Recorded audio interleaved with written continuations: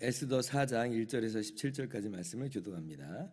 모르드게가 이 모든 일을 알고 자기의 옷을 찢고 굵은 베옷을 입고 죄를 뒤집어 쓰고 성중에 나가서 대성통곡하며 대궐문 앞까지 이르렀으니 굵은 베옷을 입은 자는 대궐문에 들어가지 못함이라.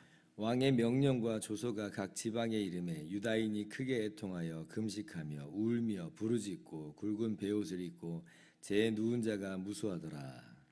에스더의 시녀와 내시가 나와 전하니 왕후가 매우 근심하여 입을 의복을 모르드게에게 보내어 그 굵은 베옷을 벗기고자 하나 모르드게가 받지 아니하는지라.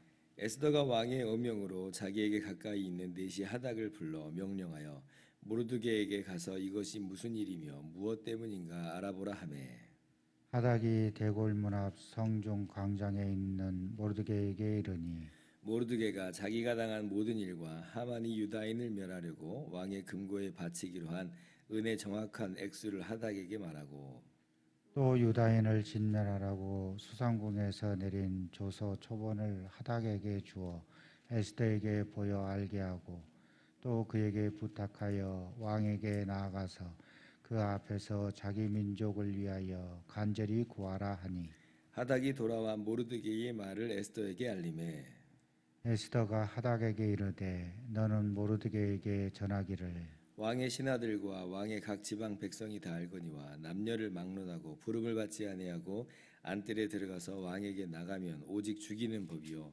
왕이 그자에게 금규를 내밀어야 살 것이라. 이제 내가 부름을 입어 왕에게 나가지 못한 지가 이미 30일이라 하라 하니라.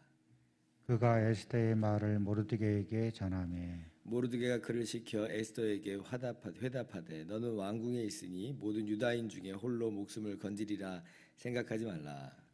이때 내가 만일 잠잠하여 말이 없으면 유다인은 다른 데로 말미암아 노임과 구원을 얻으려니와 너와 내 아버지 집은 멸망하리라.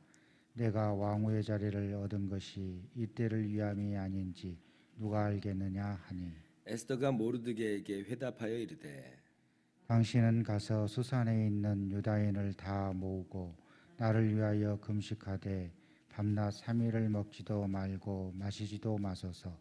나도 나의 시녀와 더불어 이렇게 금식한 후에 규례를 어기고 왕에게 나아가리니 죽으면 죽으리다 하니라. 같이요. 모르드게가 가서 에스더가 명령한 대로 다 행하니라. 아멘. 할렐루야.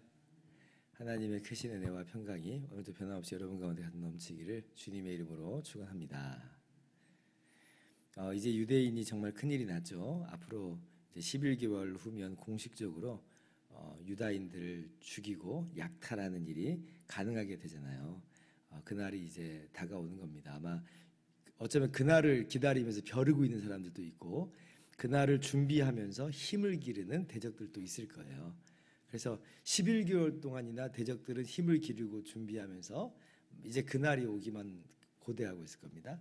유다인은 그날에 다 죽임을 당하고 약탈을 당할 그런 위기가 있는 거예요. 여기서 가장 이제 속상하고 가슴 아픈 사람이 누구겠는가? 모르드게가 정말 제일 지금 속상하겠죠. 어떻게 보면 지금 이 일이 어찌 되었건 뭐 자기로 말미암아 촉발된 일이었기 때문에 그렇습니다. 자기 하만에게만 절을 했다면 뭐 이런 일이 없었겠잖아요. 근데 절을 하지 않는 관계로 자신뿐 아니라 유다인 전체가 큰 위기를 얻게 된 겁니다. 모르드게를 뭐 비난하는 소리가 있었을지 없었을지 모르겠어요. 그 본문 속에서 뭐 유다인들이 그래서 모르드게를 향해서 비난을 퍼부었다 뭐 이런 얘기는 없습니다만은 모르드게 마음 안에 그런 굉장한 부담감이 있지 않을까요? 우리에게 만약 그런 일이 있고 내가 만약 모르드게의 위치라면 아마 그런 부담감을 정말 100배, 1000배 가지고 있었을 것이다. 실제로 모세 같은 경우는 그런 비난을 받기도 했죠. 그 이스라엘 백성들이 애굽에서 400년 동안 종살이할 때 하나님께서 모세를 보내셔서 바로에게 이제 내 백성을 보내라 이렇게 이제 그 하나님 말씀을 전하게 하잖아요. 그래서 모세가 이제 이스라엘 장로들의 지지를 받고 바로 왕 앞으로 가가지고 얘기했더니 바로 왕이 안 듣잖아요. 처음에는 오히려 말도 안 되는 소리 한다고 더 일을 힘들게 하잖아요. 벽돌 만들 집도 주지 않고 벽돌 개수는 그대로 만들게 하는 그런 어려움을 이제 이스라엘 백성에게 안겨줍니다. 그러니까 이제 이스라엘 백성이 더 힘들었잖아요. 모세가 갔다가 오는 바람에. 그래가지고 모세를 보면서 다 너 때문이야 이런 식으로 이렇게 모세를 비난하고 그렇게 이제 흘겨보는 이제 그런 일들이 있었죠. 그래서 모세가 그때 굉장히 힘들었거든요. 아마도 뭐 그렇게까지는 아니었다 할지라도 모르드게의 마음도 또 그 당시의 분위기도 어쩌면 이런 흐름들이 잠재되어 있었을지도 모른다 하는 겁니다. 근데 뭐 모르드게가 여기서 할 수 있는 게 뭐가 있어요? 아무것도 할 수 있는 게 없어요. 그래서 모르드게는 그저 통곡하는 거예요. 통곡하는 거예요. 어떻게 보면 기도라는 그런 말은 한마디도 안 나왔지만 그러나 하나님께 기도한다는 그런 표시가 아닌가 이렇게 생각을 해볼 수가 있습니다. 에스더에서의 특징이 있다고 그러잖아요. 하나님 이런 거 안 나온다 그러죠. 이런 단어가 안 나온다고 그러잖아요. 기도 이런 단어가 나오지 않아요. 유일하게 금식만 나옵니다. 그런데 이제 기도라는 단어가 안 나와서 기도가 아니었겠느냐? 기도였겠죠. 우리가 이런 일을 겪으면 당연히 부르짖으면서 하나님께 기도하지 않았겠나 싶어요. 그래서 이렇게 대궐 문 앞에서 모르드게가 이게 통곡을 하니까 이러한 모르드게의 근황이 에스더 왕후의 귀에 들어갔어요. 그래서 이제 에스더가 이 모르드게를 통해서 하만의 계획을 다 들었습니다. 하만이 유다인을 다 멸하려고 이런 이제 계책을 썼구나라는 걸 이제 안 거예요. 그때 이제 모르드게가 에스더에게 요청을 합니다. 8절 보니까 자, 왕에게 가서 민족을 구해달라 요청하라는 겁니다. 아마 에스더는 왕후니까 충분히 이야기할 수 있는 그런 위치에 있다라고 하는 것이죠. 맞아요. 얘기할 수 있어요. 평상시 같으면. 그런데 이제 11절 보니까 문제가 지금 드러나 있죠. 어떤 문제냐면 에스더가 지금 왕 앞에 자유롭게 드나드는 그런 상황이 아니었던 거예요. 무려 한 달 동안 왕에게 부름을 받지 못합니다. 그러니까 5년 이제 결혼한 지 5년 됐거든요. 왕후가 된 지 5년 됐어요. 5년 되니까 어쩌면 지금 이 아하수에로 왕의 총애가 식어버린 거죠. 아니 와스디도 폐위시키는 판에 뭐 에스더도 사실 언제든지 그런 일이 있을 수 있잖아요. 그런데 지금 한 달 동안이나 나아가지 못하는 상태다. 왕의 총애가 지금 뭔가 좀 사라져 있는 그런 느낌을 우리에게 가져다 주지요. 근데 이제 그럼에도 불구하고 왕 앞에 딱 나아갔다가는 죽임을 당하는 게 일반 법률이다. 유일하게 예외가 있는데 이제 왕이 금규를 내밀면서 하는데 그거는 모르는 일인 거죠.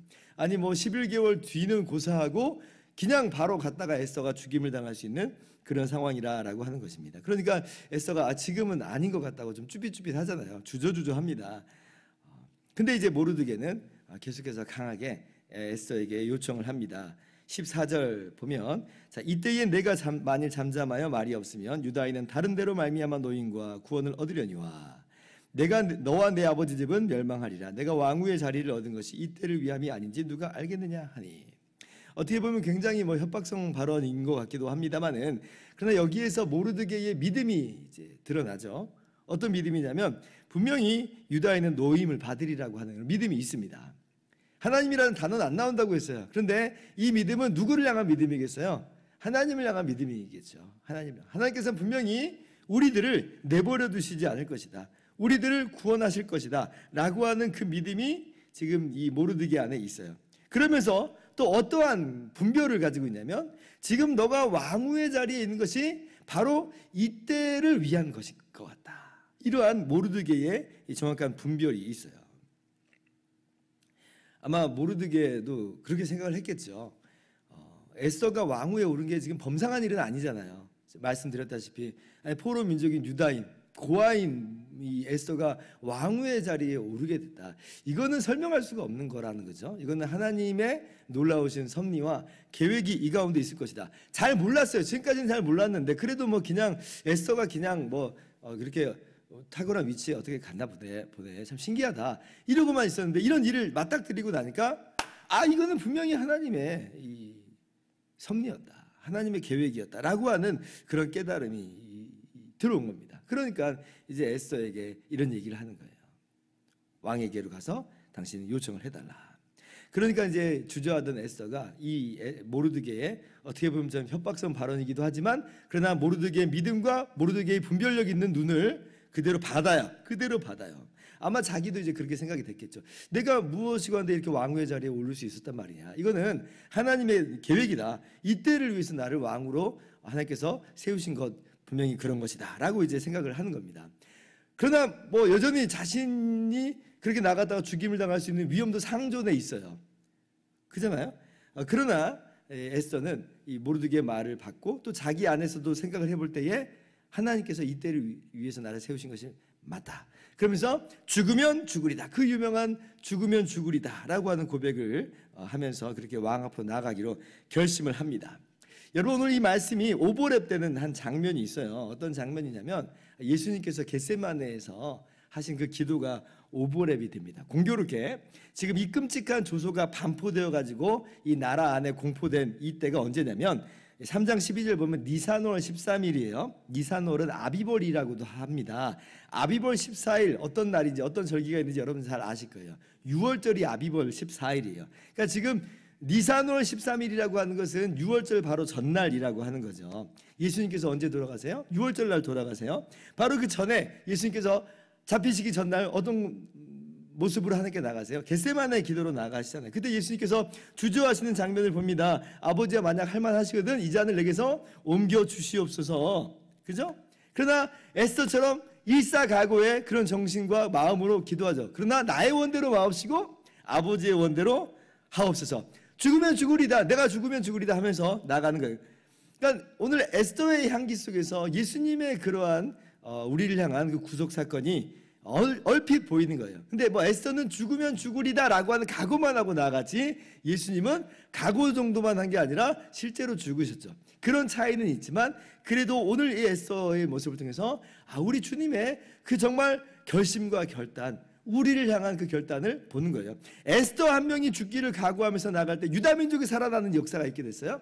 예수님 한 분이 죽으심으로 말미암아 주님은 죽기를 각오한 정도가 아니라 정말 죽으셨으니까 주님의 죽으심으로 말미암아 주님의 백성이 다 살아나는 그런 일들이 있었죠. 오늘 말씀 통해서 그래서 그런 복음을 우리가 또 볼 수가 있어요. 그렇구나. 그래서 오늘 말씀을 우리가 이렇게 적용을 했으면 좋겠습니다. 첫 번째는 먼저 이 사건을 통해서 우리를 위해서 대신 죽음을 각오하고 실제로 십자가에 달려 죽으신 우리 주님의 그 놀라운 은혜와 사랑을 먼저 마음 가운데 깨닫기를 바랍니다. 에스더가 오늘 주저한 것처럼 주님도 주저하셨어요. 얼마나 하나님의 진노가 정말 무서우면 끔찍하면 주저가 됩니다. 그러나 가겠습니다. 이 잔을 마시겠습니다 하고 우리 주님이 그 길을 가신 거예요. 인자가 온 것은 섬김을 받으려 함이 아니라 도리어 섬기려 하고 자기 목숨을 많은 사람을 위한 대속물로 주려 함이니라. 아낌없이 우리를 위해서 주님의 생명을 다 내어놓으셨습니다. 그 은혜와 사랑을 마음속 깊이 다시 한번 새기는 그런 시간이 됐으면 좋겠어요. 두 번째는 우리 자신이 또 에스더의 모습으로 들어가서 정말 용기 있는 그런 결심 있는 그런 삶을 살기를 바랍니다. 나의 위치, 나의 재물, 나의 직장, 나의 신분 이런 것들이 다 나를 위해서만 그냥 주어진 것인 줄 알았어요. 그런데 에스더가 깨닫잖아요. 이때를 위함이 아닌지 누가 아느냐. 하나님께서 이때를 위해서 나를 또 이런 위치에 이런 자리에 또한 이런 신분으로 이런 직장으로 두셨구나 라고 하는 것을 깨닫는 거예요. 생각을 전환하는 거죠. 그래서 세속 일은 세속 일대로 또 하나님 일은 하나님 일대로 분리시키는 게 아니라 이것을 하나로 묶어서 이것이 다 하나님의 계획 가운데 있는 것이겠다라고 하는 마음을 가지고 우리 개인의 이득만 우리 개인의 어떤 부요함과 편안함만 추구할 것이 아니라 주변을 좀 돌아보면서 이때를 위함이 아닌지 누가 아느냐라고 하는 마음으로 우리 주변을 향해서 돌아보고 그렇게 우리가 더욱더 우리의 사역의 지경을 넓혀나가는 우리가 되기를 바랍니다. 이게 쉬운 일은 아니에요. 용기 있는 결단이 필요해요. 죽으면 죽으리라 하는 에스더의 결단이 필요했잖아요. 마찬가지로 그런 일에 있어서 이게 그냥 뭐 여윳돈을 주는 어떤 여가로 하는 그런 수준이 아닐 수 있으니까 우리에게도 분명 희생이 요구되는 상황일 수 있으니까 그런 상황 속에서 우리가 결심하고 결단하면서 나아갈 때에 우리를 통해서 또 하나님의 선하심이 흘러 넘치게 될 줄을 믿습니다. 그러므로 오늘 말씀을 우리 마음 가운데 새기면서 우리 주님의 은혜를 마음 가운데 먼저 새기고 그 받은 은혜를 또 흘러 넘치고 내보내는 저와 여러분의 모든 삶이 되기를 주님의 이름으로 축원합니다. 기도하겠습니다.